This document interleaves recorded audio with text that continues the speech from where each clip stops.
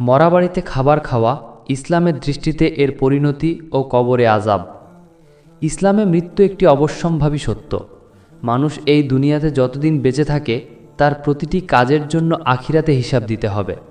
আল্লাহ তাআলা মানুষকে শুধু ইবাদতের জন্য সৃষ্টি করেছেন, আর এই ইবাদতের মধ্যে অন্তর্ভুক্ত রয়েছে জীবনের ছোট ছোট আমল, যেমন খাওয়া দাওয়া, চলাফেরা, আচার আচরণ। কিন্তু দুঃখজনকভাবে আমাদের সমাজে অনেক ভুল প্রথা চালু আছে যা সরাসরি কোরআন ও সহিহ হাদিসের বিরোধী। তার মধ্যে অন্যতম হল মরা বাড়িতে খাবার খাওয়া বা কারো মৃত্যুর পর তার পরিবারের পক্ষ থেকে ভোজনের আয়োজন করা এবং লোকজন সেখানে গিয়ে খাওয়া। এই প্রথা ইসলামে কোথাও নেই, বরং রাসূলুল্লাহ সাল্লাল্লাহু আলাইহি ওয়াসাল্লাম ও সাহাবীদের আমল এর সম্পূর্ণ বিপরীত। হাদিসে স্পষ্টভাবে এসেছে যে মৃত্যুবরণকারীর পরিবারের জন্য খাবারের ব্যবস্থা করবে আশেপাশের প্রতিবেশী ও আত্মীয় স্বজন, যাতে তারা শোক ও দুঃখের সময় রান্না নিয়ে কষ্ট না পায়। কিন্তু উল্টোভাবে মৃতের বাড়িতে আয়োজন করা এবং লোকজন সেখানে ভিড় জমিয়ে খাওয়া একটি বেদাত হিসাবে গণ্য হয়েছে। আর বেদাত পালন করা মানুষকে কবরে আযাব ও আখিরাতে শাস্তির মুখোমুখি করতে পারে। 1. মৃত্যুর পর ইসলামের প্রকৃত শিক্ষা। কেউ মারা গেলে তার পরিবার শোকে মুহ্যমান থাকে। ইসলামের শিক্ষা হলো তখন প্রতিবেশীরা ও আত্মীয়রা তাদের জন্য খাবার পাঠাবে। রাসূলুল্লাহ সাল্লাল্লাহু আলাইহি ওয়াসাল্লাম বলেছেন, তোমরা জাফর ইবনে আবি তলিবের পরিবারের জন্য খাবার তৈরি করো, কেননা তাদের এমন একটি বিষয় এসে গেছে যা তাদের ব্যস্ত করে রেখেছে। আবু দাউদ, হাদিস নাম্বার 3132। এখানে স্পষ্ট প্রমাণ পাওয়া যায় যে মৃতের পরিবারের খাবারের দায়িত্ব তাদের ওপর নয়, বরং অন্যদের উপর। 2. মরা বাড়িতে খাবার খাওয়ার ভুল ধারণা। আমাদের সমাজে প্রচলিত আছে যে মৃতের পরিবারের আয়োজিত খাবার খেলে নাকি মৃতের আত্মার উপকার হয়। আবার অনেকে মনে করে না খেলে গুনাহ হবে, কিন্তু এগুলো ভিত্তিহীন। কোরআন হাদিসে এই ধরনের কোনো দলিল নেই, বরং উল্টোভাবে বলা হয়েছে কেউ যদি আল্লাহর দেওয়া শরীয়তের বাইরে কোনো নতুন আমল তৈরি করে তা প্রত্যাখ্যাত হবে। রাসূলুল্লাহ সাল্লাল্লাহু আলাইহি ওয়াসাল্লাম বলেছেন, যে ব্যক্তি আমাদের এই দিনের মধ্যে এমন কিছু নতুন করে আনবে যা এর অংশ নয় তা প্রত্যাখ্যাত হবে। বুখারী ও মুসলিম। অতএব মরা বাড়িতে ভোজন করা ইসলামী শিক্ষা নয়, বরং সমাজের তৈরি কুসংস্কার। 3. কেন এটা কবরের আযাবের কারণ হতে পারে?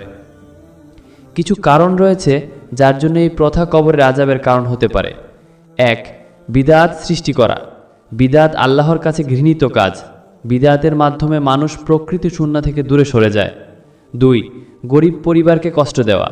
অনেক সময় মৃতের পরিবার অর্থনৈতিকভাবে অসচ্ছল থাকে, তবুও লোকের চাপে বা সামাজিক ভয়ে তারা বড় আয়োজন করে। এতে তাদের উপর অন্যায় বোঝা চাপানো হয়।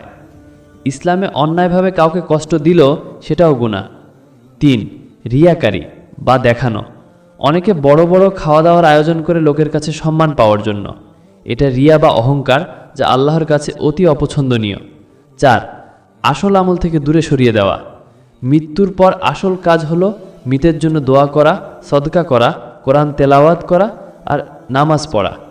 কিন্তু মরা বাড়ির ভোজনের কারণে মানুষ এগুলো ভুলে যায়, ফলে মৃতের প্রকৃত উপকার হয় না। 5. কবরের আযাবের বাস্তবতা। হাদিসে এসেছে কবরে আযাব সত্য। কেউ যদি গুনাহের মধ্যে মারা যায়, আল্লাহ তাকে কবরে আযাব দিতে শুরু করবেন। মরা বাড়ির ভোজনের মতো বিদআত ও অপচয়ের কাজ মৃত ব্যক্তির আমলনামা ভারী করে দেয়। রাসূলুল্লাহ সাল্লাল্লাহু আলাইহি ওয়াসাল্লাম বলেছেন, কবর হলো আখিরাতের প্রথম ধাপ। যদি কেউ কবরের আযাব থেকে বেঁচে যায় তবে তার পরবর্তী ধাপগুলো সহজ হবে, আর যদি কবরেই শাস্তি পায় তবে তার পরের ধাপগুলো আরও কঠিন হবে। তিরমিজি, হাদিস নাম্বার 2315।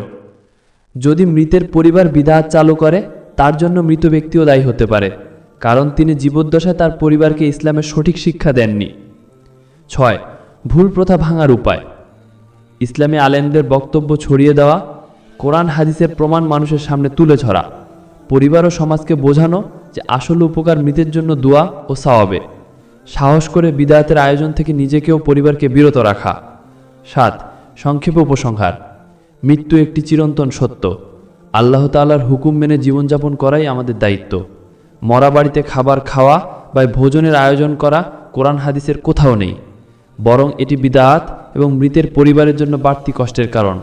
বিদআতের কারণে মানুষ কবরে আযাব পেতে পারে। অতএব আমাদের উচিত মৃতের জন্য দোয়া করা, সদকা করা, কোরআন তেলাওয়াত করা আর শোকাহত পরিবারের পাশে দাঁড়ানো।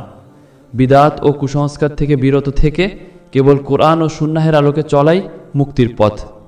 সারসংক্ষেপ, মরা বাড়িতে খাবার খাওয়া ইসলামে নেই, বরং এটি বিদআত। বিদআতের কারণে কবরে আযাব হতে পারে। ইসলামের শিক্ষা হলো মৃতের পরিবারের জন্য প্রতিবেশীরা খাবারের ব্যবস্থা করবে আর আমরা মৃতের জন্য দোয়া ও সওয়াব পৌঁছাবো।